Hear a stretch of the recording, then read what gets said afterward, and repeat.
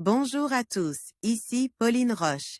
Bienvenue sur ma chaîne dédiée à la santé et aux avancées fascinantes en biotechnologie. Si vous êtes curieux de découvrir comment ces innovations transforment notre bien-être et notre avenir, n'hésitez pas à vous abonner pour ne rien manquer.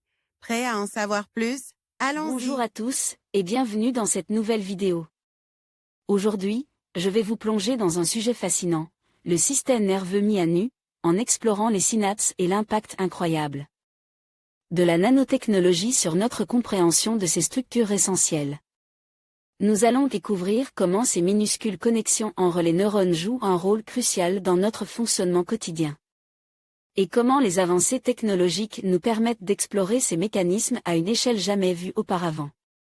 Préparez-vous à un voyage captivant au cœur de notre système nerveux.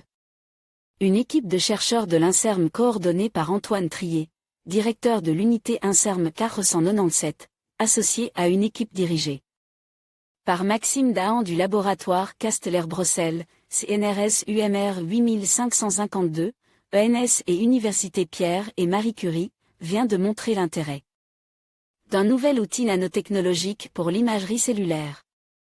Image de neurones de l'encéphale qui compte de l'ordre de 100 milliards de neurones. On voit une sorte de réseau câble constitué par les neurones et leurs prolongements, axones et dendrites. Il permet d'apprécier en vidéomicroscopie et pendant de longues durées, la mobilité, sur la membrane, de protéines essentielles à la communication entre les neurones. Il s'agit d'une des premières utilisations en biologie de nanoparticules semi-conductrices, également appelées quantum dot.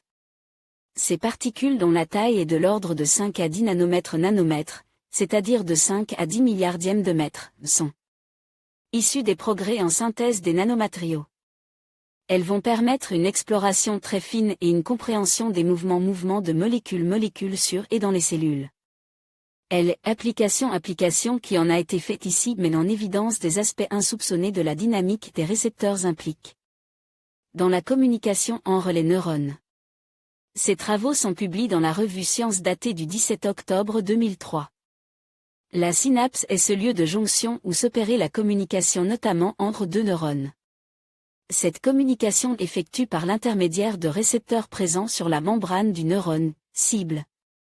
Ces récepteurs reconnaissent les signaux chimiques émis par les terminaisons nerveuses des neurones émetteurs ou des cellules de l'environnement. Ces signaux chimiques sont transformés en signaux électriques par les cellules cibles. Ces signaux sont intégrés au fur et à mesure de leur arrivée. Ils concourent au final à la transmission de un flux nerveux qui s'effectue en permanence sans que nous y songions.